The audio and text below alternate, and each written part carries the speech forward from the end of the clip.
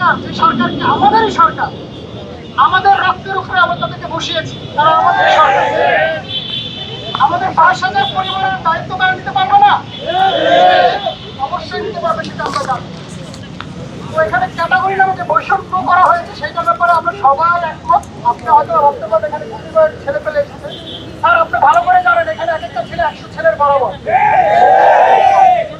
এক একটা ছেলে ঘুষপাতে দিয়েছিল, তারা জানতো মারা যাবে, আমরা জানতাম মারা যাবো, আমরা সেটাকে ভয় পাই না। আপনারা দেখেছেন এখানে যে এসেছি আমরা বিজয় সরণির মোড় থেকে, আমরা কোনো রকমের রাস্তাঘাট অবরোধ করি না, আমরা কোনো রকমের গাড়িতে হাত দেই নাই, আমরা আইন শৃঙ্খলাকারী বাহিনীর সাথে খারাপ ব্যবহার করি নাই। আমরা এখানে এসেছি প্রধান উপদেষ্টার কাছে অনেক আগে আমাদের মেসেজগুলো দিয়েছে বিভিন্ন মাধ্যমে।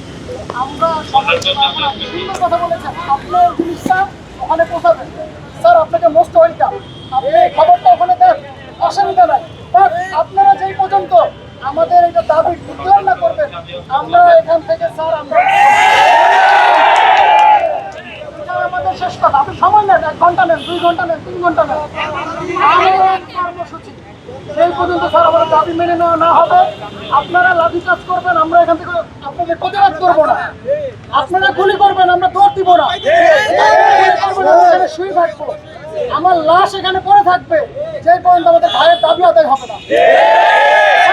৫,০০০ পরিবারের পক্ষ থেকে যতগুলো আইন শৃঙ্খলাকারী পুলিশ ভাই আছেন, বিভিন্ন প্রধানের লোক আছেন এখানে, আপনাকে সহ স্যার সেলুট জানাই। আমাদের দাবিটা যৌক্তিক এবং মাধুর্যপূর্ণ, মেনে নেওয়ার মতো। আমাদের দাবি ক্যাটাগরি চেঞ্জ, আমরা কিচ্ছু চাই না স্যার, আমাদের সকলকে ভাতার আওতায় আনতে হবে ২২,০০০ পরিবারকে স্যার।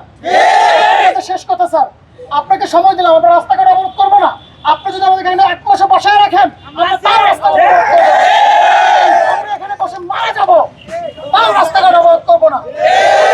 সেলুট করলাম, আপনি ভাববেন না আপনার কথাকে আমরা অমর্যাদা করেছি, আপনাকে আমরা সেলুট করে আপনাকে আমরা সম্মান করছি, আপনাকে সময় দেওয়া হবে স্যার, আমরা এখানে আছি, আমরা আপনার সন্তানের মতো আমরা এখানে বসে অবস্থান করব।